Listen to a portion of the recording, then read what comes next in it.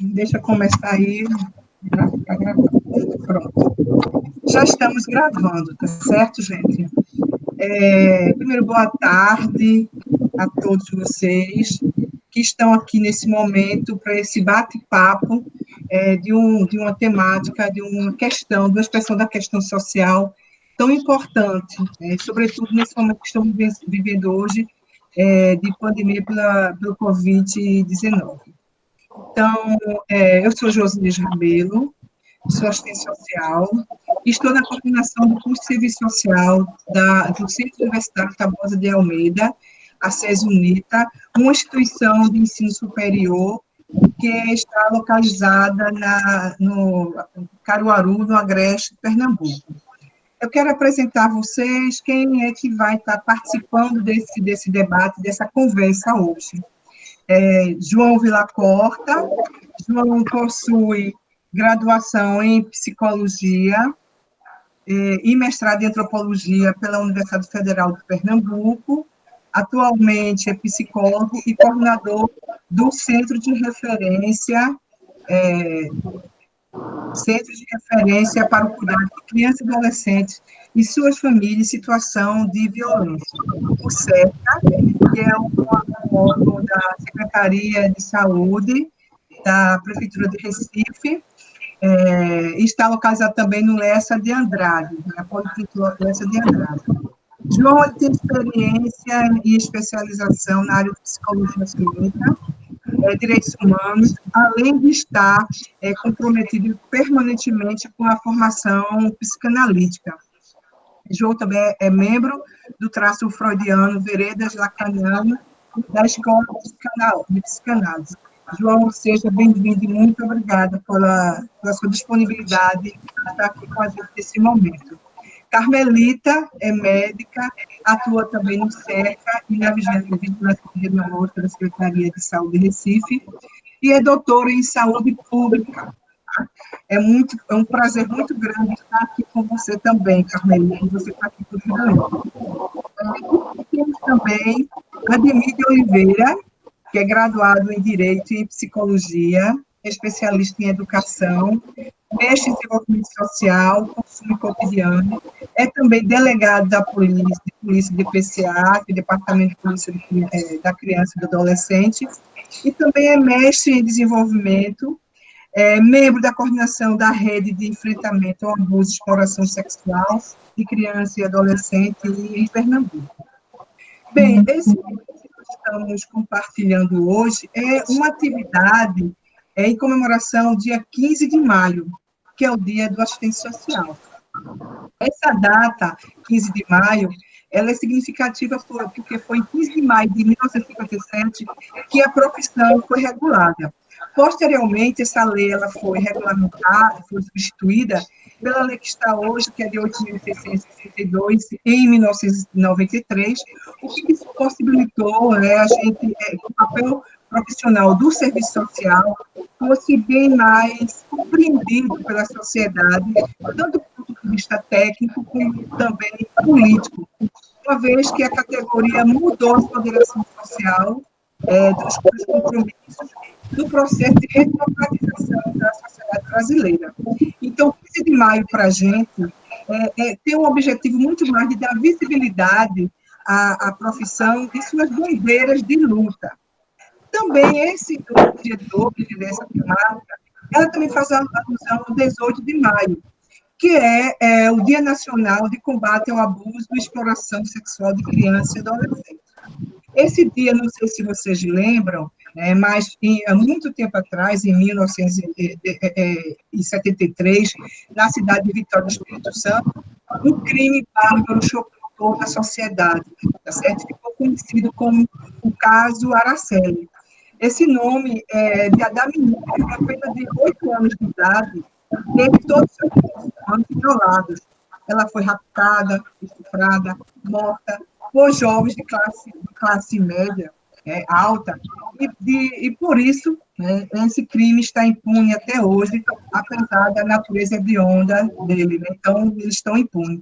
Então, há 20 anos que existe essa campanha do 18 de maio, para a gente, como dia de combate à violência, a criança e adolescente especificamente, né? Então, a gente sabe que a violência, ela é um tema relevante da atualidade e que se manifesta de várias dimensões e desafia todo mundo, os pesquisadores, os profissionais, os gestores públicos, no seu enfrentamento. Mas hoje, especificamente, a gente vai trabalhar, como já foi dito, sobre a violência contra criança e adolescente. E ela é um fenômeno social e cultural e não é recente, né? Então, é uma questão muito complexa, tá? E tem a ver com o modo como a sociedade ela produz e se reproduz as suas condições sociais, tá certo? De existência. Então, ela termina assumindo contornos que permanentemente se renovam, tornando esse ainda mais desafiador. Então, a gente questiona esse tema no momento atual, né, exigido, para a proteção do coronavírus, o confinamento das pessoas em casa, como uma forma, né, de conter essa epidemia, essa pandemia. Isso aí termina expondo ainda mais a população, criança e adolescente, na incidência de violência doméstica. E aí a gente vai começar a ouvir sobre isso. Como é a questão da violência? Como você entende esse tratamento da violência criança e adolescente? Como ela pode ser enfrentada? E, especialmente, considerando o momento atual, desse isolamento social. Boa tarde. Cara, que é muito legal estar aqui com vocês. Eu acho que é um momento não só de compartilhar com amigos e, né, nesse momento de isolamento, tá junto dessa forma é o que a gente tem, né? Virtualmente, nas salas de bate-papo, né? E relacionado especificamente ao nosso trabalho, é a principal ferramenta que a gente tem hoje, né? Proteção mesmo. Infelizmente, a gente lida com um fenômeno que, particularmente, eu acho que também goza do nome de pandemia. Violência contra criança e adolescente, para mim, tem os mesmos números de uma pandemia. Porque se a gente pensa, por exemplo, se aqui no Brasil a gente tem uma média de 500 mil denúncias de abuso sexual, né, por ano, a média, 70% deles contra crianças e adolescentes. E a gente sabe que esse número é um número irrisório em função da subnotificação. Então a gente imagina o quanto essa experiência está disseminada, né, na nossa sociedade. E a gente sabe que não só em nossa sociedade. A violência é um fenômeno que não só está presente nos grupos e conjunturas de ruptura social, está também presente, né, nos grupos sociais estruturados. Eu acho que falar sobre violência, e violência contra crianças e adolescentes, né, é urgente e é fundamental, porque é um fenômeno que goza em si do silêncio. Não se fala sobre isso. Não se quer falar sobre isso. Por medo, por vergonha, por banalização, né? A gente costuma achar que muitos comportamentos nossos, habituais, cotidianos, não são violentos. Quando?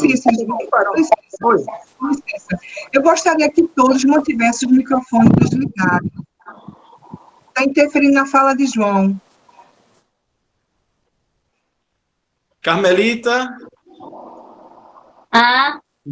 Diga, tem como desligar um pouquinho o teu áudio? Como é, João? Desligar o microfone. Você tem como desligar. Como é que eu faço? Eu vou aqui, no meu clica na imagem maior, aí vai aparecer o símbolo do microfone, na imagem que está aparecendo. Aí vai aparecer o símbolo do microfone, aí você aperta nele. Não estou vendo, João, o microfone. Peraí, viu? Clique na sua imagem. Cliquei. Desapareceu agora.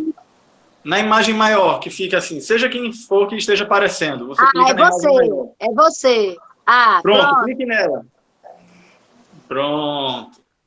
Olha aí.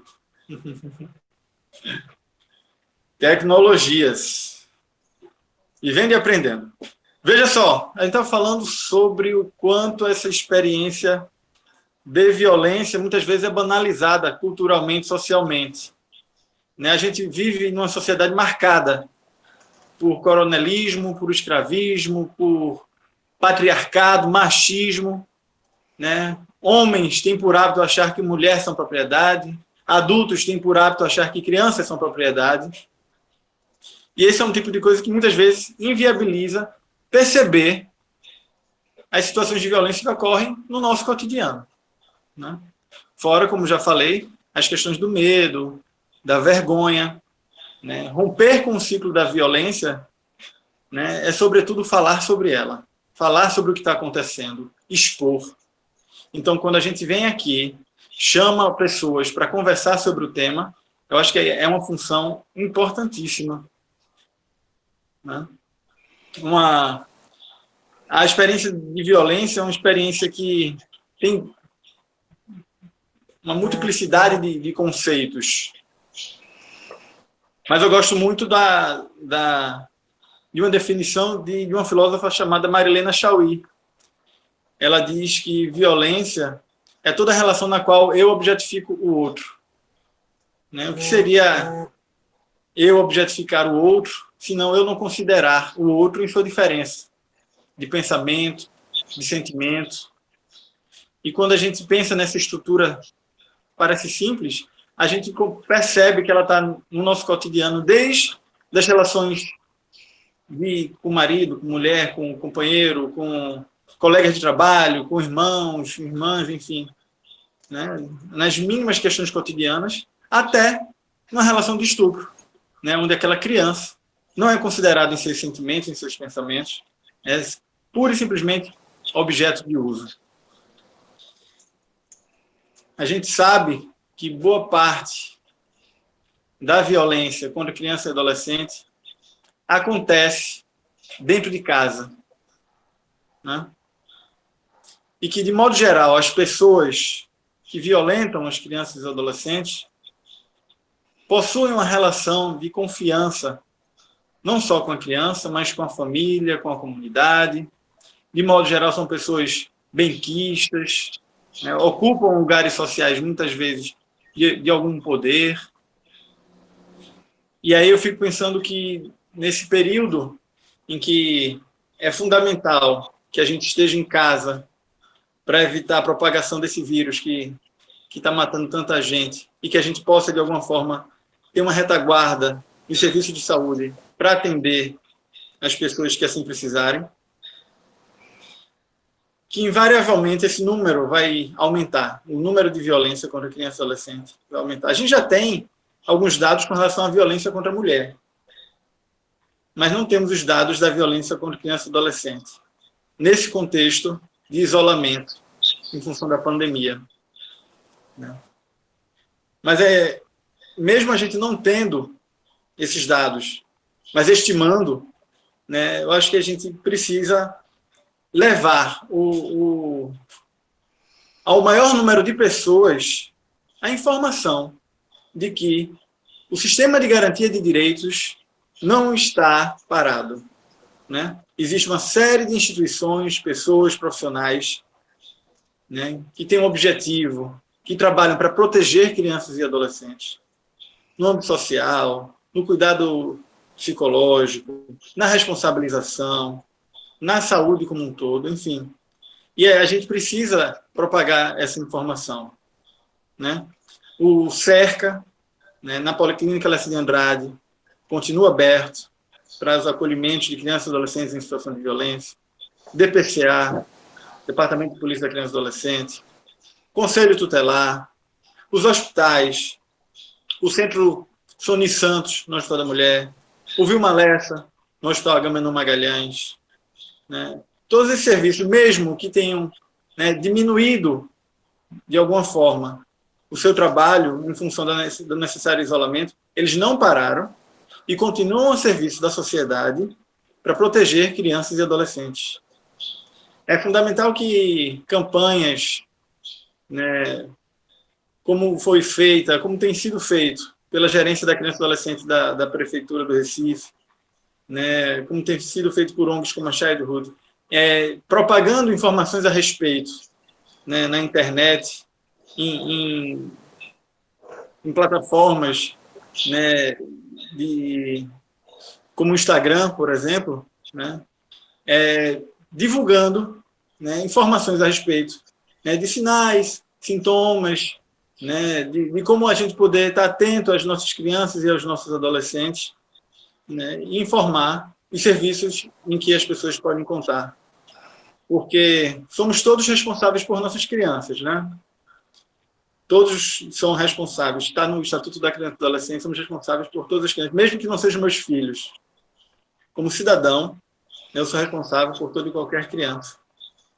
Né? Então, se eu, né, escuto alguma coisa suspeita na casa de um vizinho, na rua, né, eu posso, né, contar, por exemplo, com o Disque 100. Né? Eu posso contar com o Conselho Tutelar, que também pode acolher denúncias anônimas. Né? Para que, de alguma forma, a gente possa proteger as crianças e adolescentes que, nesse momento, estão em casa. E estão, como todos nós, de alguma forma, sofrendo o impacto desse isolamento. Ansiedade, né, insônia, uma certa impaciência, nervosismo. Né? E aí é fundamental que os responsáveis tenham também o exercício, façam também o exercício de poder lidar com essas dificuldades que as crianças estão passando. Também. E elas estão no direito delas de expressar tudo isso. Como sempre estiveram. Né? Expressar sua agressividade, expressar seu descontentamento, alegria, as descobertas do mundo via corpo, via sexualidade, via brincadeira. Né? O importante é que a gente esteja atento. O importante é que a gente possa escutar. O importante é que a gente possa perguntar, né? Permitir que elas expressem o que estão sentindo diante disso tudo. Né? E mesmo que não seja, entre aspas, a sua criança, né? Seja um vizinho, seja alguém que você conhece, seja, né, que você escutou de um amigo, enfim. Você pode fazer alguma coisa para proteger. Todos nós podemos. Né? Podemos contar com o sistema de garantia de direitos. Né? Disque 100, Conselho Tutelar, DPCA, Cerca, unidades de saúde. Né?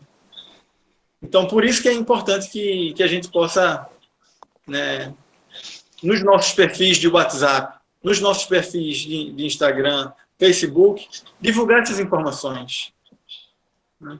Para ajudar essas crianças e adolescentes que muitas vezes não conseguem ou perceber ou ter voz para romper com o ciclo de violência que estão sofrendo. Né? Seja violência física, psicológica, negligência ou sexual. Né? Então, quanto mais a gente puder propagar esse tipo de informação, fazer lives como essa, discutir esse tema, porque não é um tema fácil, né? É um tema que, de alguma forma, machuca a gente, seja profissional, né? Seja quanto cidadão mesmo. Né? É um tema que a gente precisa, de alguma forma, lidar com os nossos valores, lidar com o que a gente constrói enquanto o que é certo, o que é errado, lidar com o que a gente constrói com relação ao que é sexualidade, né? Criticar, relativizar, pensar a respeito das nossas experiências, para poder, de alguma forma, ouvir o outro. Ouvir o outro. Divulgar sinais e sintomas da experiência de violência é importante. A gente sabe que existem algumas expressões que a criança e o adolescente podem apresentar para a gente, que podem indicar a experiência de violência. Xixi na cama, né, agressividade, terror noturno, né, certa impulsividade ou embotamento afetivo, né, mudanças abruptas de comportamento. Só que todos esses sinais e sintomas, eles podem, né, dizer de uma experiência de violência que a criança e adolescente está passando, mas pode dizer de outra situação. E pode acontecer de uma criança ou um adolescente estar passando por uma situação de violência e não apresentar nenhum desses sinais e sintomas. Então, é importante a gente estar junto. É importante a gente construir uma relação de diálogo, de pergunta, né, de confiança, né, de mostrar para aquela criança, aquele adolescente, né, que ele tem com quem contar. Né? Existem casos muito emblemáticos na nossa história, né, que deixam bem claro isso. Eu me lembro de um caso de um menino de 5 ou 6 anos que passou, durante o ano, deu baixa 5 vezes no hospital, com lesões diferentes. Né? Um braço quebrado, depois era uma clavícula, depois era uma perna. E a mãe sempre dizia que era um menino impossível, que era um menino treloso, que não parava quieto, estava sempre se acidentando. Não houve uma 6ª vez que ele foi para o hospital porque ele faleceu. Ele morreu, ele foi espancado até a morte. E aí eu fico pensando se durante esse ano em que ele passou 5 vezes no hospital, se tivesse qualquer pessoa que pudesse perguntar alguma coisa para ele, né? Seja um médico, um assistente social, um psicólogo, alguém da recepção, né? o colega da radiologia, né? Perguntasse, conversasse com ele, e aí, rapaz, como é que foi isso? Mas, rapaz, é mesmo, conta essa história, né? Para poder se aproximar dessa criança. Né? Mas a gente sabe o quanto é difícil. Né? A gente sabe o quanto é difícil. Né? Então, se nós, como profissionais, muitas vezes não conseguimos enxergar muitas coisas, imagine quanto cidadãos. Né? É importante a gente estar atento, sim, mas é importante, sobretudo, estar junto com as crianças. Porque se existe, como principal sinal, uma mudança abrupta de comportamento, eu não tenho como saber que o comportamento mudou se eu não tenho referência do comportamento anterior, se eu não estou junto da criança, do adolescente. Então, acho que era fundamentalmente isso que eu queria passar nesse encontro da gente, diante dessa questão de pandemia. Né? Estar junto, ouvir, né? De alguma forma, se responsabilizar pelo que escuta, né? E divulgar informações, não só a respeito do que possa ser violência, considerado socialmente como violência, mas que existem pessoas e profissionais preparados para ajudar e estão atentos a isso, mesmo nessa situação de pandemia. Tá bom?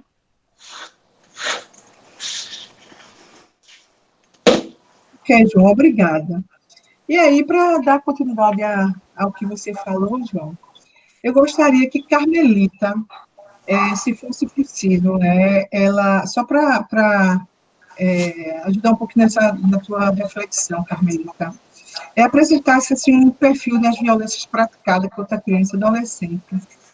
E eu pergunto, é possível a gente falar dos indicadores de violência em tempos de pandemia? Primeiro você liga o microfone, Carmelita. Da mesma forma que você desligou. Clica nisso. Opa! Obrigada, João. Nada, querido. Boa tarde. Eu gostaria de agradecer, Josi, parabenizar pelo dia do assistente social, em nome do Josi e todas as assistentes sociais que tem bastante competente aqui no nosso estado. Gostaria também de parabenizar João pela sua fala linda. É sempre muito bom ouvir você, conversando com você. A gente tem aprendido muito. E Ademir, que é um companheiro de longas datas, que é um delegado ímpar. E é maravilhoso, a gente também está sempre se encontrando.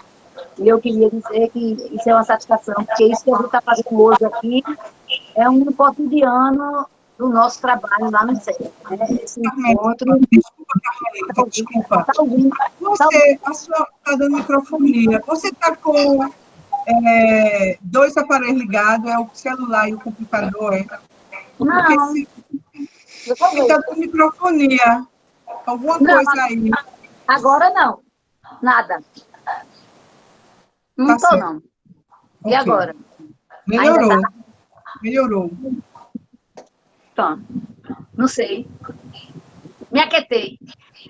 Recomeço. Pronto, vá-se embora. Só levante um pouquinho a câmera para a gente ver seu rosto. Nossa, vocês não viram nada que eu falei? Ouvimos. Sim, querido. Levantei muito. Pronto, ótimo, perfeito. Ótimo. Tá ótimo. Pronto. Então, falar de violência é o único remédio, né, que a gente tem, porque já que não existe vacina, que não existe nenhuma coisa que falar sobre isso é a coisa mais importante. A gente sabe que a violência ela é um tema extremamente complexo, porque tem várias determinações, tem várias definições, tem vários conceitos, né? E ali quando a gente está falando sobre violência contra a criança, a gente tem que levar em consideração que é uma violência, algum conhecimento, né, que é uma violência muito antiga, desde que existem as relações humanas, é uma violência que ela principalmente acontece dentro de casa, né? Todos os dados que a gente tem, todas as estatísticas que acontecem dentro de casa, ela é crônica e insidiosa, e quando o fato é revelado para a sociedade, já tem acontecido há muito tempo. Muito dificilmente a gente tem um diagnóstico de violência quando aconteceu 1, 2 dias ou 3 dias. Então, assim, a gente está nesse momento de pandemia, a gente sabe que, a gente entende que a violência tem aumentado, a gente sabe que tanto na China, na Espanha, tem trabalho que já foi divulgado na Inglaterra, aumenta a violência, 50% a violência contra a mulher, a gente tem isso já claro, mas a gente não tem dados a respeito da violência contra a criança. Como o João falou muito bem, existe uma notificação e por cada caso que é notificado se estima 10 ou 20 casos a gente não conheça. Agora, você imagina esse período de pandemia, onde uma violência que acontece nesse caso, onde as pessoas que vão violentar estão ali na vizinhança, são parentes, é o pai, o padrasto, o irmão, é uma pessoa da família, como é que os instrumentos que tínhamos de captar essa violência estão fechados, que são as escolas, os serviços de saúde, as comunidades, uma cuidadora. Além dessas instituições estarem fechadas por causa do problema da pandemia, as pessoas estão dentro de casa, em um ambiente aglomerado, onde está favorecendo também acontecer mais violência. Então, a gente sabe que eu fui ver os dados, né, do ano passado, desse ano, a gente tem hoje uma redução de mais de quase 80% da notificação da violência nesses últimos 2 meses, em comparação com o mês passado. A gente pode ter outro que a gente ainda tem. Então, a gente sabe que muitas violências estão acontecendo, as pessoas têm aparecido, mas com uma quantidade muito pequena de serviços de saúde. Quando aparece, é mais para se tratar especificamente da Covid, lá no SERCA também, e provavelmente na delegacia também. A pessoa, então, a gente está oportunamente conversando aqui para lembrar as pessoas, para lembrar os técnicos e os serviços de atendimento às vítimas de violência estão todos abertos. Né? A gente está funcionando normalmente. No caso das violências, tenha-se a história de que ela teve uma violência sexual, que ela teve uma penetração, é importante que vá para as urgências, porque as urgências estão atendendo, não só está atendendo o Covid, o SONI está aberto, a emergência do IMIP, o Vilma Lessa, no caso da violência contra a mulher, o Clarice Lispector. Então, nós temos todos os serviços, existe um celular, existe o 0800, que eu vou colocar aqui, e que não precisa de você recorrer ao 100 ou qualquer outro número. A Ademir também vai colocar qual é o número da DPCA que você pode falar, que você não pode sair de casa, que você quer sair de casa, você está com dificuldade, você tem como se comunicar, e aí a gente pode agendar um momento de conversa no local lá no SERCA, ou na delegacia, ou em qualquer outro espaço que a gente esteja atendendo. E pode também fazer esse atendimento remoto, pelo telefone, onde a gente vai encaminhado para todas as especialidades. Então, é importante que as pessoas saibam. A gente sabe que está acontecendo muito mais a violência e a gente está tendo muito menos essa possibilidade de contar. Então, para isso, como é que a gente sabe que a violência está acontecendo? É se ela chegar para a gente. Como é que ela chega para a gente? Se você conseguir perceber, então, é importante. Aí a gente tem uma fala para o profissional de saúde e uma fala para os familiares. Né? Para os familiares, a gente diz, se sua criança, se sua adolescente, ela está apresentando uma mudança, como tu falou muito bem aí, de alguns sinais e sintomas, mas é uma mudança do comportamento, fique atento, preste atenção, veja como é possível procurar ajuda. Muitas vezes as pessoas têm ligado para a gente e esse atendimento remoto tem sido bastante satisfatório. Então é importante que a gente tenha essa escuta qualificada, né, que a gente acolha, que a gente apoie essa queixa, é o que a gente tem feito, nós no serviço de referência, mas também outros profissionais, em outras situações, nas UBS, na Unidade Básica de Saúde, nos hospitais, que procure fazer esse acolhimento e tente notificar, né? E fazer os encaminhamentos que a gente coloca como pertinente. Nesse caso, tem os telefones, que a gente tem o telefone lá do CERT, que está na internet, né? A gente sabe que durante o ano a gente teve 1.500 casos de violência sexual, né? Só detectados na GPCA, na saúde 600, né?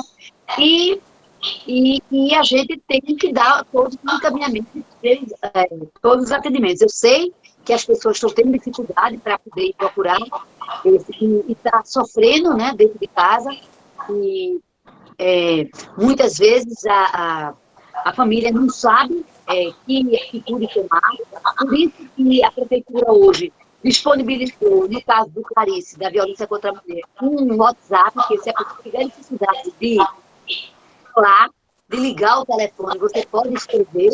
Eu acredito que a delegacia também tem dessa forma, mas tem um telefone que você pode contactar. É importante que a gente... Porque nós sabemos que, por mais que essa violência ela aconteça em todas as casas, em todas as classes sociais, ela não é tão democrática assim. É como a Covid, né? A gente sabe que a Covid também começou pela classe média, pelo pessoal que veio de viagem, que veio, ela chegou aqui de avião, mas hoje ela está disseminada na comunidade, né? De uma forma geral. Assim também a violência, e são as pessoas que vivem nas comunidades, com as casas com menos condições de preservar sua intimidade, de preservar suas condições. Também a questão do alcoolismo, né, que tem favorecido dentro das casas, que tem sido hoje apontado como uma questão da violência contra a mulher, também tem sido um determinante aí na questão da violência contra a criança, e é importante que antes a gente chegar e dizer para as pessoas, procurem a unidade mais próxima de sua casa. Aí continuo dizendo isso, se possível, procure uma unidade, bote lá sua máscara, bote lá seu capacete, vá como você pode, protegida, mas não deixe de ir lá nessa unidade, você vai ter o apoio. Procure o Conselho Tutelar também, ele também, o Conselho Tutelar também está fazendo horários para poder atender, e faça sua queixa para que a gente possa lhe ajudar. Tem os CRAs, tem os CREAs também que ficam na comunidade, eles não estão fechados, e que são locais onde você pode, nesse momento, né, a família percebendo essa mudança, a gente vai haver uma confusão muito grande entre essa angústia da própria pandemia, né, porque as pessoas estão... muito medo, está morrendo pessoas da família, está adoecendo, e os mais velhos falecendo, assim, de uma forma... toda a família agora está bem próxima, toda a família já tem história, e o pânico está generalizado.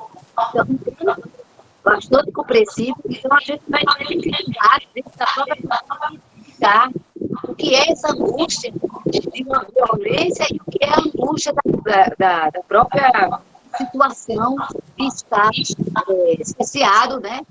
E isso tem causado muita confusão na própria cabecinha das crianças e dos adolescentes, o fato dessa mudança de hábito, né? De hábito que agora todo mundo dentro de uma casa, e muitas vezes ela não tem condição, né, de albergar todo mundo, às vezes, os horários, uma parte, a escola é uma coisa muito importante da vida das crianças, na escola que você se alimentava, na escola você tinha oportunidade de fazer essa troca.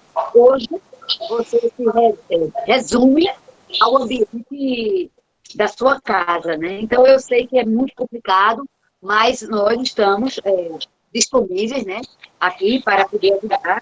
A DEPI vai dar o telefone da GPTA, eu vou aqui dar o telefone do Clarice, hoje tem um zap, o Clarice Lispector, porque geralmente essa iniciativa é da mãe, é de um adulto, não é a criança que vai.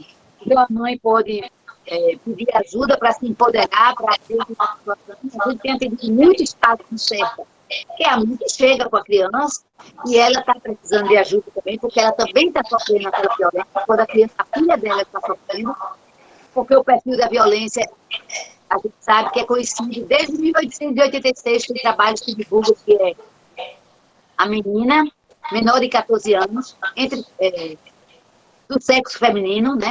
São as principais vítimas de violência. A gente sabe também que tem muitos meninos, mas ainda assim o sexo feminino é o mais é o que se encontra mais atingido por tudo que você falou da sociedade, pelo machismo e por todas as condições. Então, é a mãe, é alguém da família, é uma tia, é uma avó, que toma em nome daquela criança, porque você não pode esperar que a criança saia enquanto criança para ir tomar uma atitude dessa. Então, ela pode telefonar, tem esse dado, que é o 9948-86-138, que é um zap novo que o Clarice tem, está disponibilizando, está passando pelas ruas aí, dizendo no microfone, e que a mãe, alguém da família pode fazer, 24 horas esse atendimento, e você vai ter as ajudas que são necessárias para que possa levar adiante a sua queixa, né? Que eu sei que está sendo muito difícil hoje uma pessoa sair de casa para poder pedir ajuda. Então, eu acho que via WhatsApp é bem interessante, e aí a gente faz todos os encaminhamentos necessários, né? O SECA está, como o João colocou, aberto, né, para todas as... E eu acho que agora a DEMI pode bastante completar, e a gente saber que a gente está com os dados, com a subnotificação. Outra coisa também que eu observei lá é que os exames para o IML tem tido alguma dificuldade, porque foi feita uma determinação que somente dos casos agudos, que em 3 dias que tivesse acontecido, mas aí parece que a polícia já fez uma modificação e esse exame já vai ser feito, não vai ter mais que seguir essa ordem, porque fica muito complicado para a violência contra a criança, porque quando ela chega nessa delegacia, o fato foi revelado há 2, 3 dias, mas o abuso aconteceu há 1 mês, 2 meses, 3 meses, mas o problema estabeleceu-se agora, e é importante que a solução seja pelo menos disparada agora, né? A gente não espere, pelo menos esse apoio, e dizer à família o que devemos de fazer deve ser agora. E isso parece que com essa articulação nossa a gente está podendo organizar. Então, eu acho que a DEMI vai poder contribuir bastante, né? Porque a delegacia também está funcionando, a gente está sabendo, aí aberta, disponível, e como é que nós internamente estamos articulando, porque a gente sabe que o trabalho de enfrentamento à violência não é um trabalho de uma disciplina, não é do serviço social, não é da polícia, não é do médico, nem também só do psicólogo, né? É um serviço integrado, onde cada conhecimento, cada profissão, cada saber vai juntar, nesse momento, o esforço para poder dirimir esse sofrimento. Então, eu gostaria de agradecer a oportunidade e estamos aqui para qualquer pergunta. Josi, me ligo? Ou te ligar o microfone? Josi? Obrigada, Pronto. Carmelita. Estão me ouvindo? Ademir, por gentileza, Ademir. Obrigada, Carmelita. Você pode ligar o seu microfone? Clique nele, é que está desativado.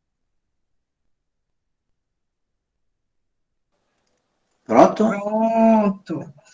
Ademir, a partir do que foi colocado por Carmelita e por João, a gente vê a necessidade nesse momento Josi, não é para ficar desligado, né?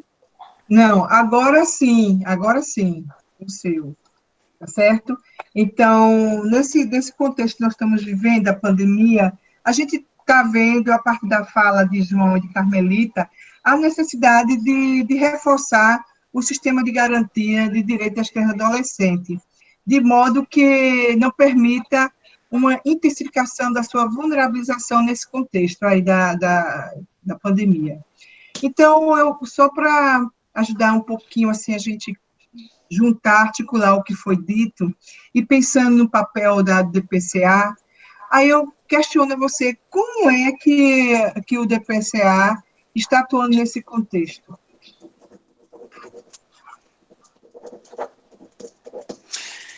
Boa tarde, Josi, obrigado pelo convite. Boa tarde, João, Carmelita, a quem eu não veio, não tenho o convívio há mais de 2 meses, e a gente sente saudades. Deixe-me contextualizar um pouco essa situação. Não é? A gente vive há mais de 60 dias nesse contexto de pandemia. Como o João bem falou, a questão da violência sexual é uma pandemia, a gente pode considerá-la assim também, com o agravante de que ela é constante. A Covid vai passar, mas infelizmente a violência sexual não vai passar. O que a gente observa nesse contexto de pandemia? Algumas atitudes, alguns aspectos positivos, algumas reações, como, por exemplo, o empenho, a extrema dedicação dos profissionais de saúde, honrando o juramento que fizeram. A gente percebe também as empresas desenvolvendo alternativas tecnológicas de sobrevivência, criando plataformas em 2 ou 3 semanas, e precisaria levar talvez meses para fazê-lo, e dentre elas, a questão do desenvolvimento desses serviços de entrega em domicílio. E o mais importante, a gente vê no trabalho do terceiro setor, é um despertar de um sentimento de fraternidade, de caridade, de ajuda ao outro. Né? Muita gente participando, doando cesta básica, você doa, inclusive, sem saber quem está doando a uma instituição, e essa instituição vai levar para uma pessoa carente. E isso é muito bom, e a gente espera que fique como um legado dessa pandemia que vai passar. Mas também tem os seus aspectos negativos. Existem verdadeiras falanges do mal que tiram proveito dessa situação para oferir ganhos ilícitos, inescrupulosos. E a gente vê inúmeras notícias de gestores públicos usando de superfaturamento na compra de materiais, de EPIs. A gente vê, no outro extremo, o número também aumentando de assaltos aos entregadores, aos que fazem entregas em moto, em bicicleta, etc. Então, há também um aspecto negativo que favorece essa ambiência da criminalidade. Também os crimes cibernéticos, a gente tem notícias dos nossos colegas delegados da Delegacia de Crimes Cibernéticos, de que está aumentando a incidência desse tipo de crime, com pessoas que se utilizam da boa-fé de outros para oferir ganhos ilícitos. Infelizmente, isso também acontece. E, nesse contexto, a gente tem a violência sexual. O que é que nós observamos hoje? O distanciamento social, ao mesmo tempo há proximidade entre a vítima e o agressor. Então, há um distanciamento das outras instâncias fora da família, as instâncias de proteção, de cuidado, e uma aproximação perigosa do perpetrador dessa violência. E aí a gente tem um índice, que Carmelita já falou, de um aumento de 50% em relação à violência contra a mulher. Aí, nesse contexto, tem aqui uma informação que me chegou, de que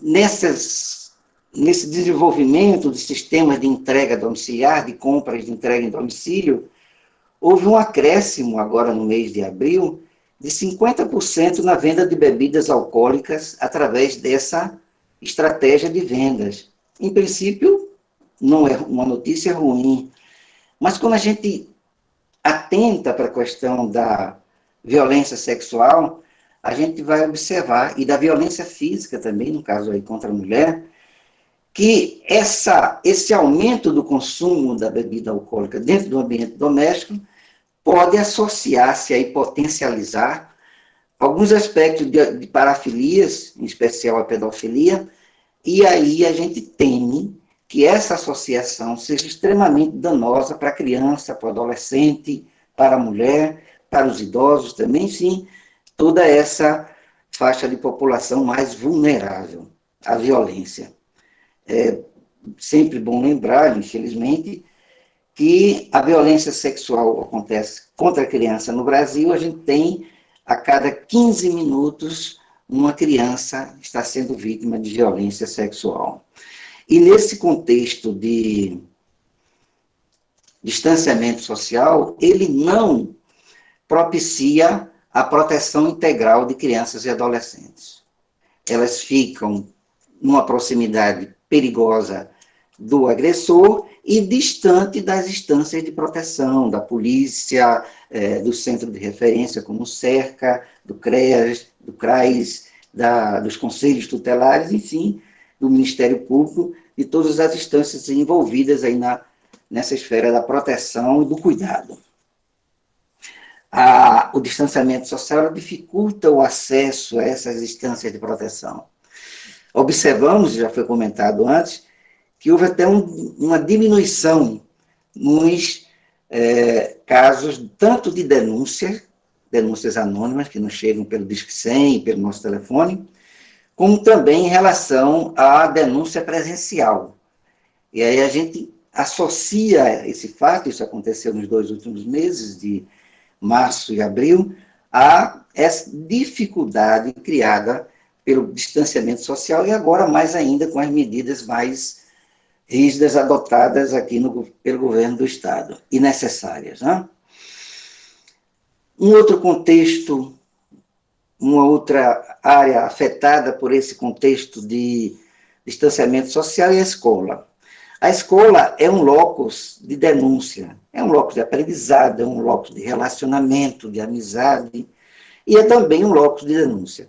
Tanto a área de saúde, como nós da Polícia Civil, da PCA, recebemos muitas denúncias vindas das escolas, das professoras, dos diretores de escolas. E esse momento em que as escolas não estão funcionando, ele também propicia a questão do abuso sexual de crianças e adolescentes.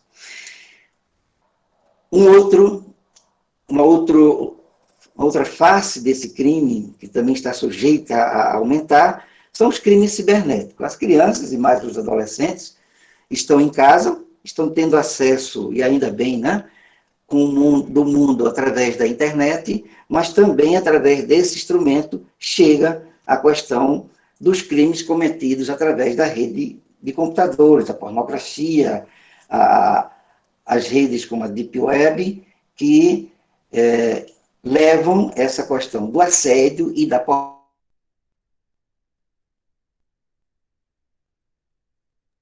esse período a esse tipo de violência.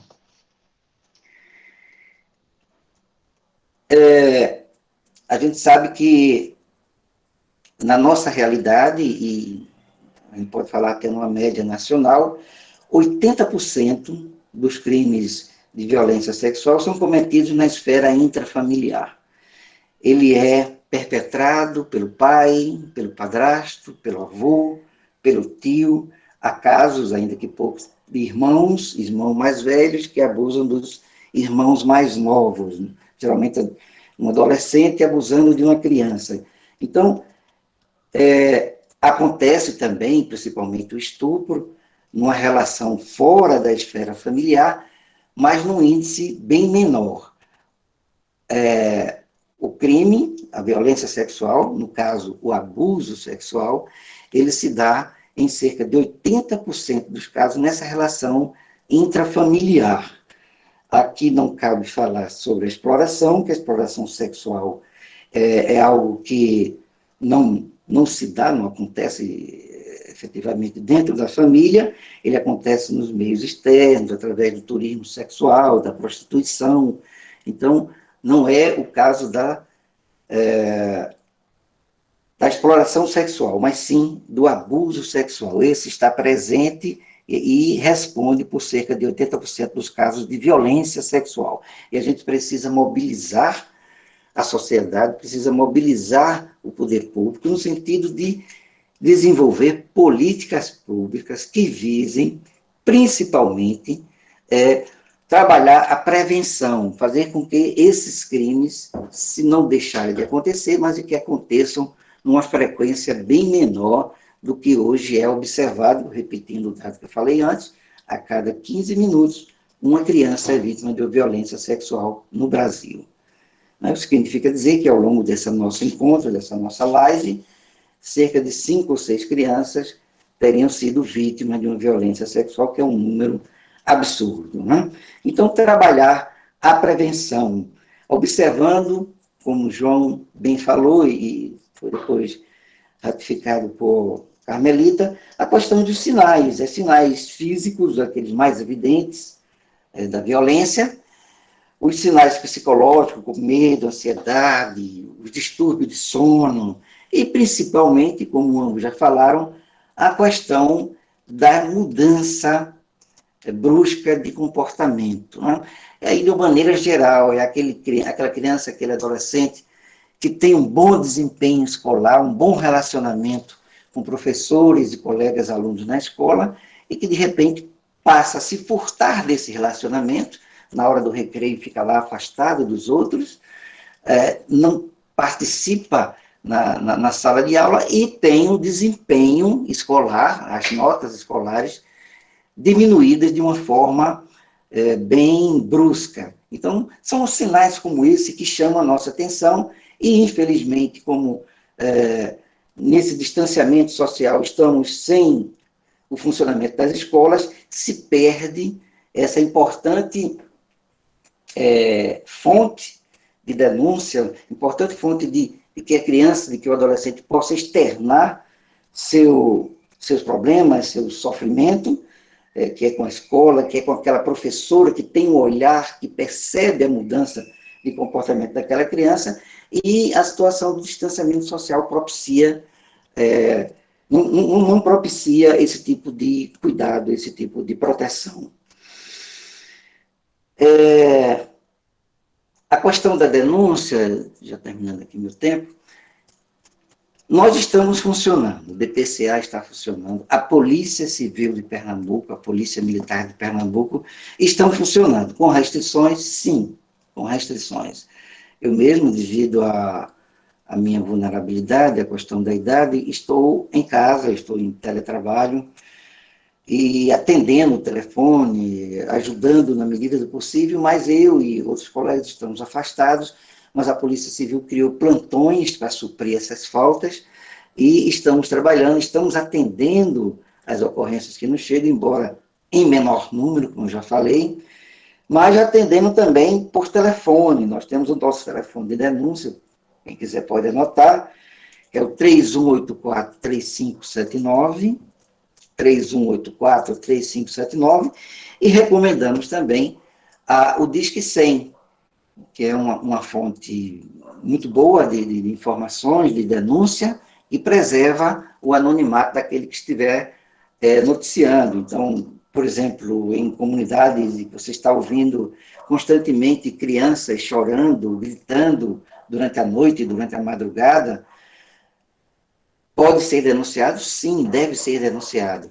Pode utilizar esses canais que eu falei, você não precisa nem se identificar para fazer isso. Claro que, se for envolvendo diretamente uma pessoa ligada a você, se é seu filho, sua filha, sua sobrinha, sua neta, você vai fazer a denúncia presencialmente, se quiser fazer, mas pode fazer também por telefone e a polícia vai tomar as medidas necessárias, vai começar o processo de investigação para chegar a, principalmente, a autoria dessas ocorrências criminosas.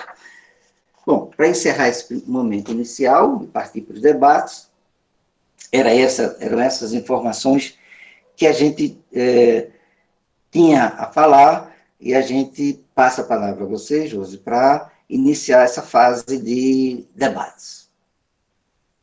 Agradeço a Ademir, a Carmelita, João, é um prazer sempre estar junto de vocês, nessa conversa de um tema que nos mexe muito, com os quais trabalhamos cotidianamente e que somos comprometidos com essa questão. Na verdade, eu agora espero que as pessoas utilizem o chat para fazer os questionamentos.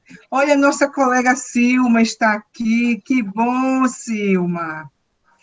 Então, gente, está aberto para vocês fazerem os questionamentos que vocês quiserem. Eu só queria pedir para a Ademir, para ele repetir o número que ele falou, que eu não consegui anotar aqui. Ok, a gente João. pode contar e fazer a dimensão. Antes, eu tenho uma sugestão, João.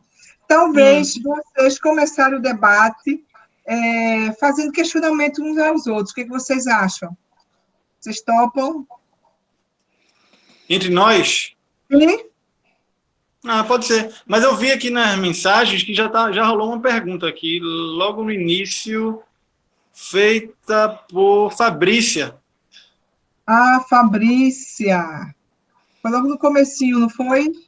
Foi, ela colocou aqui. Fabrícia, Ilza. Sabe-se que a violência contra crianças e adolescentes implicam diretamente em danos à vida e à saúde e dignidade, principalmente no desenvolvimento. Quais são as estratégias para preservação do futuro digno destes por parte dos órgãos de defesa da criança e adolescente? Muito bom, Fabrícia. Quem vai responder? Acho que todos podemos falar um pouco a respeito, né, do que estratégias são essas para, de alguma forma, ajudar essas crianças e adolescentes que passam por isso. No caso da gente, lá no CERC... João, um minutinho. Eu gostaria que a Ademir mantivesse o microfone dele fechado. Só abrir quando for falar. Pronto, obrigada, Ademir. Eu acho, voltando para a pergunta de Fabrícia, é importante a gente perceber que, sim, uma experiência de violência, de modo geral, traz impactos, né, na vida de alguém, deixa algum tipo de marca. A gente não tem como mensurar isso na vida de ninguém, porque, né, os impactos da experiência de violência na vida de uma criança e de um adolescente são tão variados e diversificados quanto o número de crianças e adolescentes que passarem por esse tipo de situação. A gente não tem como prever, né, como uma criança ou adolescente vai lidar com isso. Né, o que a gente pode, eu acho que, de modo geral, oferecer um espaço de elaboração. A gente sabe que um trauma ele não se constitui necessariamente no evento, né, mas no depois, no a posteriori. Então, nesse momento, né, de um depois, no acompanhamento da criança, do adolescente, juntamente com sua família, é que a gente pode encontrar, né, e até testemunhar estratégias que cada pessoa vai desenvolver para não fazer dessa experiência a única forma, a única marca que diga de como ela vai se relacionar consigo e com os outros. Né? Que lugar isso vai ocupar na sua vida e no modo como a pessoa vai se relacionar. Isso é sempre muito particular. Porque quando se vive uma experiência dessa, você já tem, mesmo um bebezinho, você já tem uma estrutura de relações né, estabelecidas, já tem um universo simbólico e discursos, né, moral, social, religiosa, pais irresponsáveis, os profissionais e a comunidade em que você circula, que a própria criança acaba circulando. Então, esse universo, né, o que a gente pode fazer é oferecer o espaço para que a criança possa, de alguma forma, brincar com todo esse universo simbólico e construir suas próprias estratégias para fazer com que essa ferida não seja uma ferida aberta para o resto da sua vida, mas que seja tal como uma cicatriz. Porque eu acho que não é uma experiência que se esquece, nem é o nosso trabalho fazer esquecer, né? A gente não brinca, joga, desenha, conversa, ouve crianças e adolescentes para que esqueçam o que viveu, mas que possam elaborar o que viveu, localizar na sua vida o que viveu. Eu acho que essa é a principal estratégia para, de alguma forma, fazer com que os impactos, né, dessa experiência se transformem na vida de cada pessoa.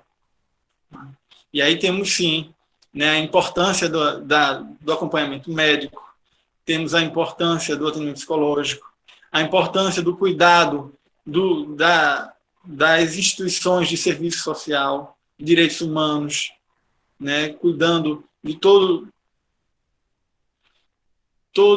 a rede e de toda a situação de vulnerabilidade que a criança e adolescente possa estar passando. Não é um trabalho que se faz só, né? É um trabalho que se faz articulado. A gente sabe o quanto, muitas vezes, a responsabilização é importante para aquela família, né? O trabalho do sistema judiciário. A gente sabe da importância também de não fazer simplesmente a experiência de violência e a forma como se vai elaborar ficar marcada apenas por uma forma de lidar com ela, né? Por um aspecto, por exemplo, viver em função de um veredicto judicial, né? Mas apresentar para a criança e para a família o quanto a vida é rica, né? O quanto a vida de uma criança e adolescente tem tantos aspectos e explorar todos esses aspectos, né, da criança e do adolescente. Concordam, queridos Ademir, Carmelita, Josi? João, eu concordo, não tenho mais nem tanto a acrescentar, porque foi perfeita a sua... Só que, como médica, eu falo isso com outras palavras, talvez acrescentando alguma questão. Como estratégia fundamental é valorizar, né? Acreditar no que a criança fala, porque isso foi durante muito tempo, elas foram desacreditadas, e as pessoas sempre estava aí no subconsciente que as crianças fantasiavam, mentiam, quando na realidade a gente sabe que elas falavam de coisas, de fatos que estavam acontecendo, né? E que para nós, hoje, né, ninguém discute mais os danos indeléveis que uma violência sexual causa na vida das pessoas, e que só depois da década de 60, 70 e muito mais recente, com os inúmeros trabalhos e os livros publicados, é que a gente vê a dor e o sofrimento, né?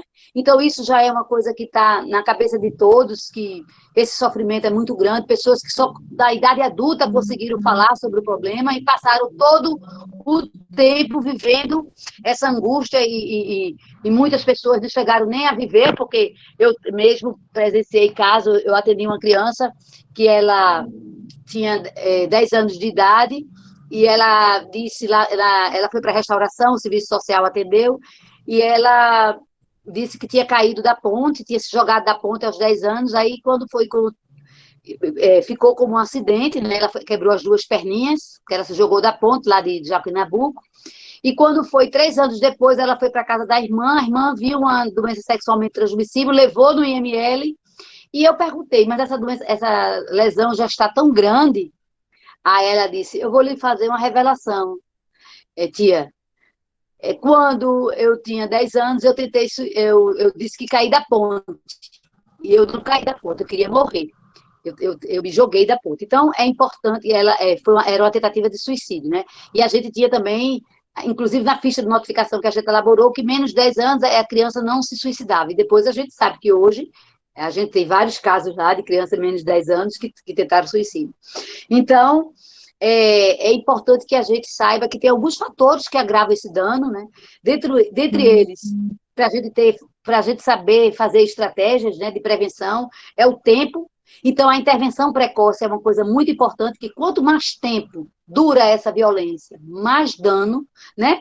Se a pessoa que faz essa violência, o perpetrador, é o pai, é o cuidador, é diferente de quando é um par, quando é uma pessoa desconhecida, para o dano, né? Tem trabalhos de Finkelhor que foi quantificando isso, a idade do agressor, porque uma coisa é uma violência cometida pelo irmão, outra coisa é se é uma pessoa mais velha, e que esse dano muitas vezes gerou uma DST. Eu tive um caso de um menino que pegou AIDS, então vejo o dano para ele, é o dano físico, psíquico e de uma pessoa que era o pai. Né? Se daí sair uma gravidez, a minha tese de doutorado foi gravidez em menores de 14 anos. Quer dizer, se você tem uma gravidez em uma criança, esse dano está aí presente, né, com você, essa lembrança, essa dificuldade. Então, é importante que a gente tenha estratégias, que a gente conheça o problema, como ele, e os fatores que agravam, para que a gente possa intervir.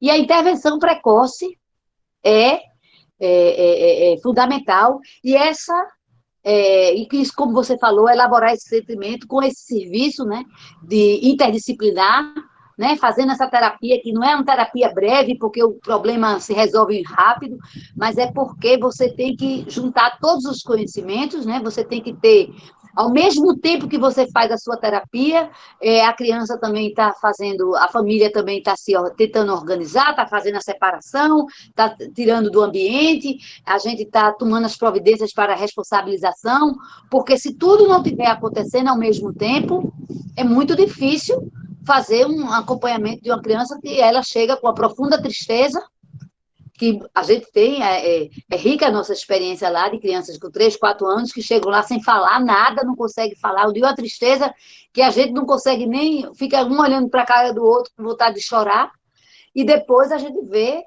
a criança elaborando esse sofrimento e brincando, e não que ela vai esquecer o que ela passou, mas que ela vai tocar a vida. Então, algumas estratégias são fundamentais, e a gente tem como uma das que a gente acredita, né, que é a criação desses centros de referência como local para poder ser encaminhado, que a gente gostaria que tivesse outros na cidade, não só fosse o nosso, né, e também que as pessoas fossem, que os profissionais da educação, que os profissionais da saúde fossem capacitados para identificar, né, para que aquilo não passasse de uma forma banalizada, como tantas violências acontecem, né, e que tivesse essa escuta qualificada, e que observasse, e que eu tenho discutido isso com pediatras, por exemplo, numa discussão lá no Lessa de Andrade, que muitas vezes eles tratam uma DST, tratam a infecção urinária, tratam um corrimento, achando que foi uma doença,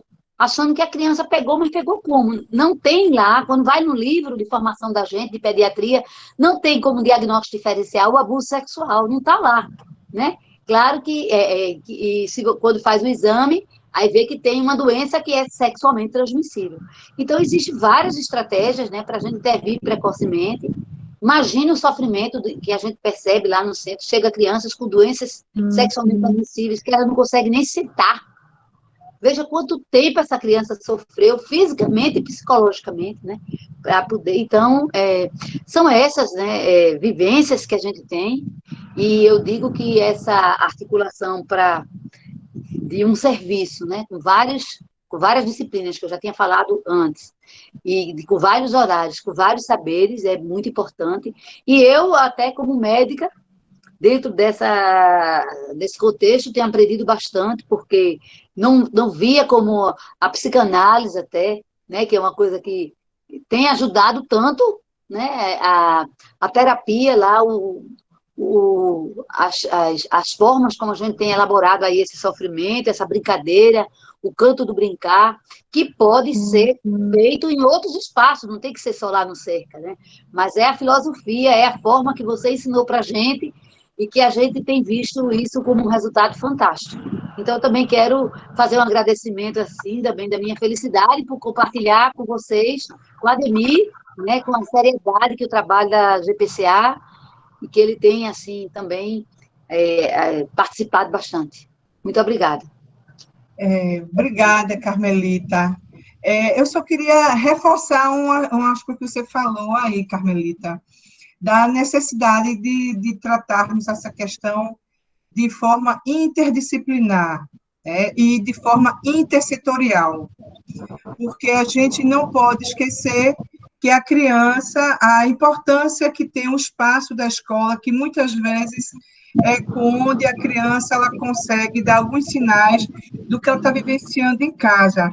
E uma escola comprometida, atenta, com profissionais preparados, porque também pode colocar tudo isso nas costas dos professores, quando, na verdade, é necessário que tenha realmente essa sensibilização, essas formações continuadas com todos, tá?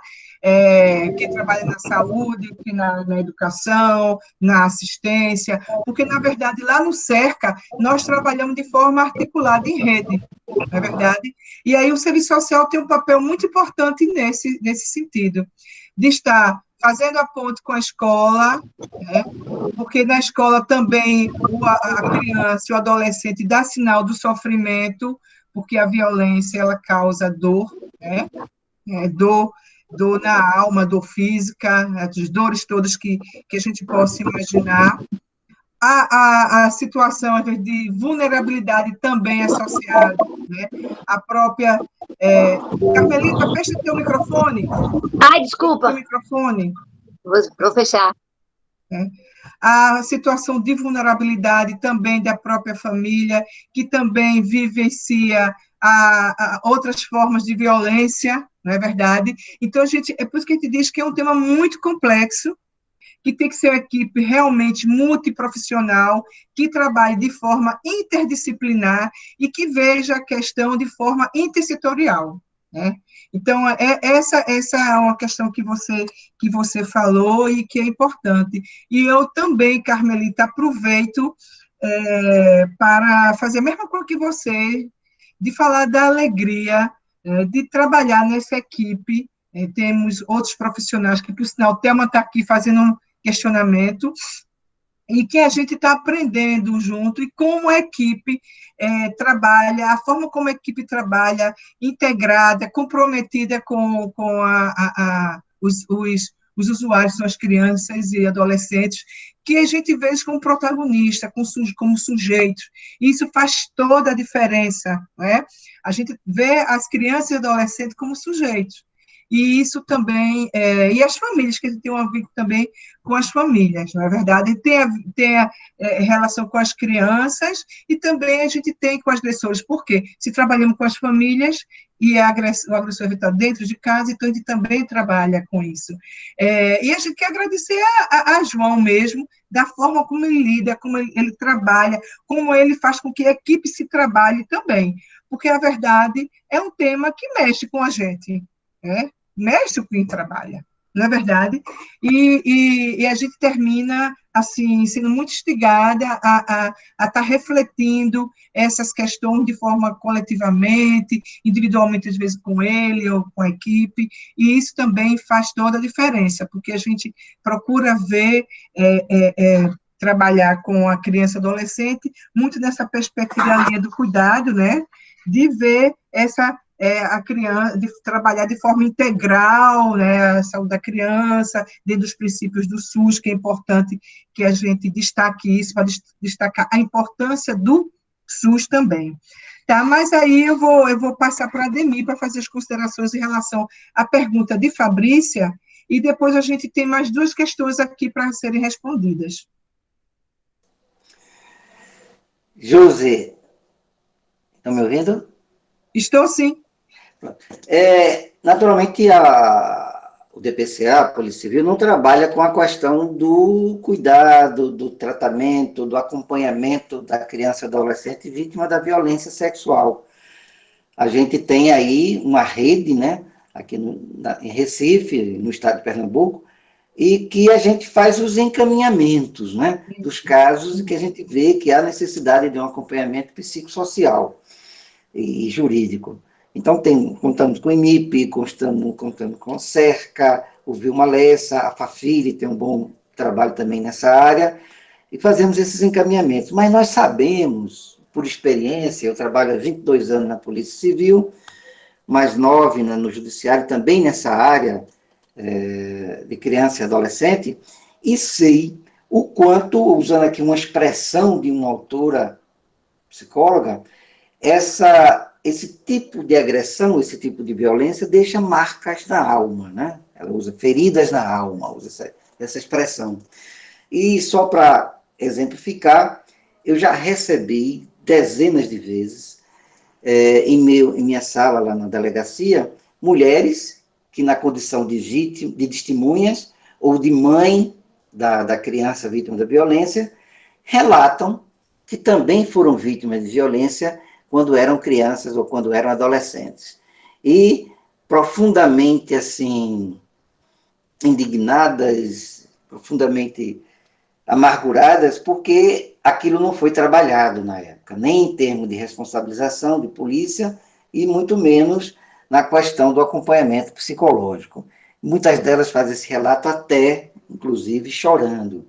E outras vezes, também mulheres já adultas, vêm relatar casos que aconteceu quando era criança ou adolescente, e que ela gostaria que fosse feita alguma coisa, que fosse instaurado um inquérito, enfim, que a polícia atuasse, os órgãos de defesa atuassem nesse sentido, e a gente explica que não é mais possível, que é uma questão de prescrição.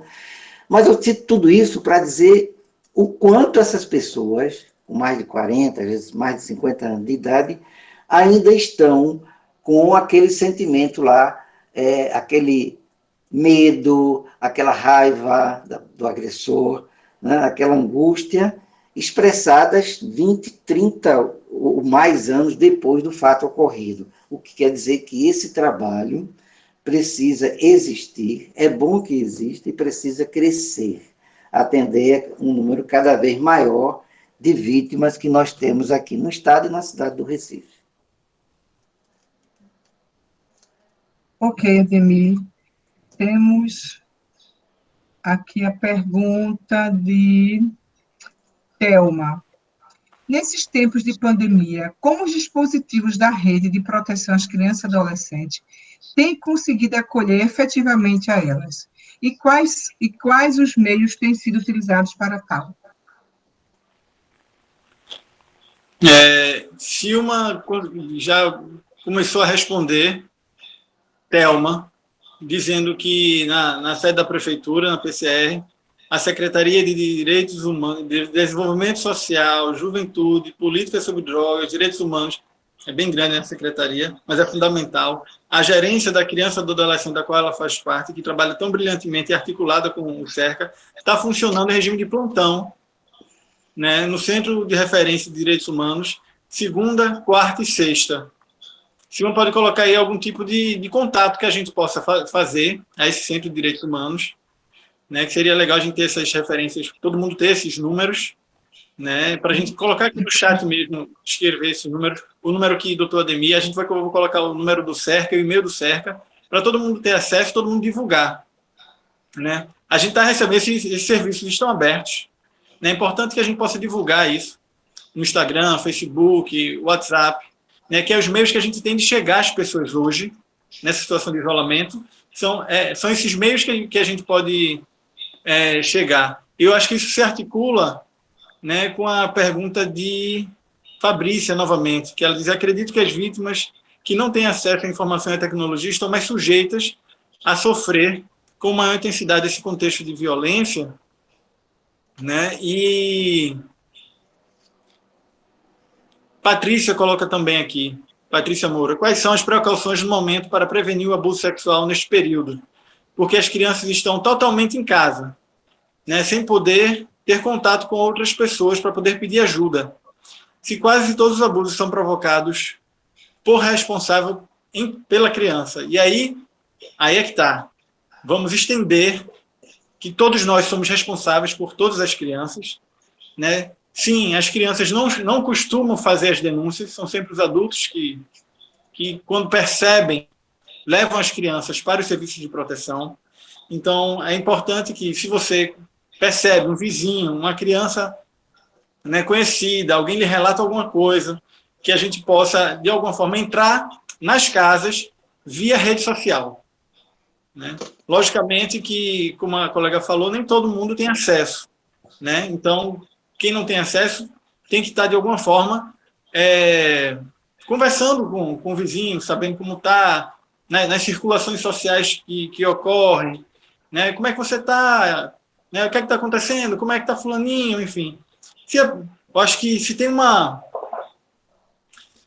colega que trabalha sobre, que a gente estudou muito para quando começou a receber os casos de suicídio, tentativas de suicídio, né, que ela colocava para a gente, uma colega da Bahia, infelizmente eu não me lembro o nome dela, mas ela colocava que o interesse é o tratamento, né?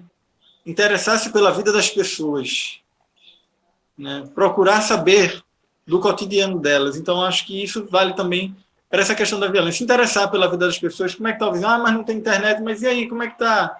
Fulaninho, tá? É difícil, né? Essa situação de isolamento. Está mal criado, não está mal criado? Está chorando, não está chorando?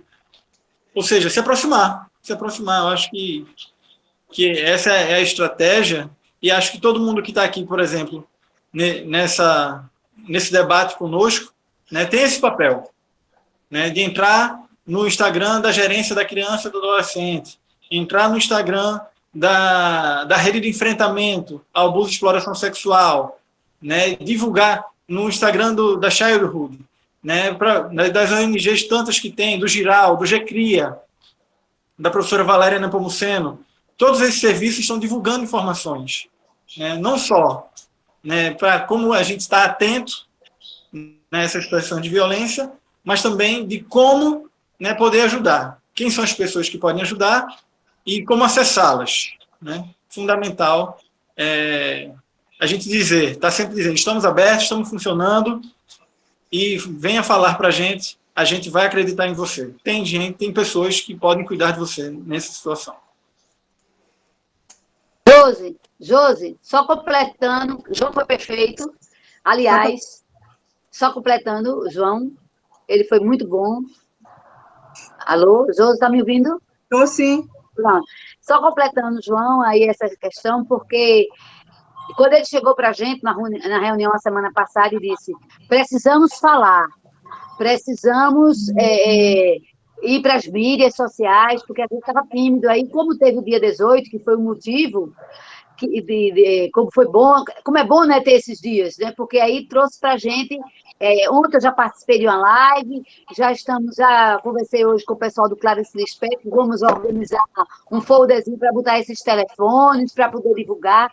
Claro que não tem como a gente chegar dentro das casas que a gente não está saindo, nem as pessoas vão detectar por aí, mas tem de você falar sobre isso, e um tio, um parente, uma vizinha, uma pessoa que teve contato, de ter percebido, da criança ter mandado uma mensagem, de alguém ter mandado uma mensagem, e aí essa pessoa, ao ficar calada, ela vai dizer, olha, eu vi agorinha o serviço falar, está aberto, o que a gente pode fazer? E aí tomando uma atitude. Exatamente, porque nós estamos nas redes sociais falando sobre o problema. Cada dia está tendo, a partir dessa semana, disparado um movimento grande nessa questão. Eu mesmo tinha sido questionada já há um mês. E aí, Carmelita, o que é que vai ser feito? Foi quando você, João, tomou a iniciativa e disse, precisamos falar, precisamos botar o bloco na rua e vamos... e aí a gente está fazendo essa live hoje, eu já fiz uma ontem, e assim... E começou essa articulação, já liguei, já estamos assim, a rede já está viva, né? E articulada novamente, já liguei para a Ademir e a gente já consultei com ele sobre casos, quer dizer, nós estamos fazendo encaminhamentos por telefone, se precisar, a gente continua, e isso é muito importante. Esse momento é muito importante, é isso que nós podemos fazer, né? Realmente estamos em isolamento social, as escolas também, os postos, e esses espaços que nós temos, como vai tocar o coração de alguém que não pode, a gente não vai contar que seja o abusador, lógico, tem que ser alguém da casa que identifique, que ela se comunique. Hoje, as crianças passam, né? as mensagens também, e a gente vai fazer fé, que a gente, é como você disse, nós estamos aqui, nós acreditamos. Pronto. Obrigada, gente. Ademir, você quer falar alguma coisa para a gente encerrar? Josi, está respondido e muito bem respondido. Eu só gostaria de acrescentar um detalhe, é que a Polícia Militar de Pernambuco também continua trabalhando, né? E naqueles casos que a violência, seja ela qual for, sexual, física, psicológica, esteja acontecendo, pode também acionar através do 190 a Polícia Militar, que ela vai até o local e, se for o caso constatada a violência, fazer a prisão em flagrante daquele agressor. Ok. Ok, obrigada. Você, João, Carmelita, querem fazer alguma fala, alguma observação? Porque a gente... Eu quero dizer que toda vez que eu participo de encontros assim, eu me sinto muito lisonjeado, porque eu sou fã dessas pessoas aqui que estão comigo hoje. Sou fã de você, Jô, sou fã de Ademir. Ademir é, assim, a humanização em pessoa dentro de um serviço tão importante como, né, a Polícia Civil, né, a DPCA com ele é outra coisa, sabe? Você na DPCA é fundamental, né? Fundamental, né? E Carmelita nem se fala. Carmelita é uma grande amiga e a história dela, o nosso trabalho juntos, tem me ensinado muito também. Então, é um prazer estar aqui com vocês, trabalhando, né? Mas trabalhando diante de um tema tão difícil, né? Com aspectos tão intensos que trazem para a vida da gente. Mas quando a gente trabalha junto, né? E trabalha acreditando, e trabalha com pessoas que a gente consegue estabelecer um vínculo de afetividade tão importante como é o que eu tenho com vocês, isso, né, faz com que o trabalho siga e que a gente possa continuar protegendo crianças e adolescentes, né, do jeito como a gente tem feito e a gente quer ampliar. Olha, eu quero só ler aqui algumas coisas que as pessoas estão colocando. Raquel parabenizou, né? Fabrício agradeceu, Raquel colocou parabéns, gente, discussão necessária, vocês são profissionais que nos inspiram todos os dias. Fabrícia fez a observação da questão da falta de tecnologia, mas João já falou. Maiara também. Que é a responsabilidade social. Somos todos responsáveis. É verdade. Fabrícia deixa bem frisado, acho bem legal. Que todos somos responsáveis. Eu fico até emocionada com Fabrícia, porque ela é minha pesquisadora, minha orientanda, gente. Trabalhamos juntos na pesquisa. Amo tudo, Fabrício. Não à toa. Maiara está agradecendo pelo rico debate. Patrícia já leu, Silma também, para não esquecer de ninguém. A Alessandra falou, excelente fala, doutora Carmelita, da voz e credibilidade à criança, é muito importante. Apenas ressalta a importância do preparo e qualificação profissional para fazer o acolhimento em qualquer órgão da rede, fazendo os devidos encaminhamentos para fazer a escuta especializada. A de Thelma já foi lida, no microfone, pronto. O resto foi em relação... Parabéns, a Alessandra já falou de novo aqui, pronto, foi. Ilza também, pronto. É isso, gente. E eu aproveito todo mundo que também... participou, galera, obrigado. Importante vocês estarem aqui com a gente, né, e divulgarem todas essas informações. Vocês fazem parte do nosso trabalho, inclusive, né? É verdade. É isso que eu queria dizer. Eu queria agradecer por tudo que o João falou, eu assino, e que a gente também é um centro de estudos, né?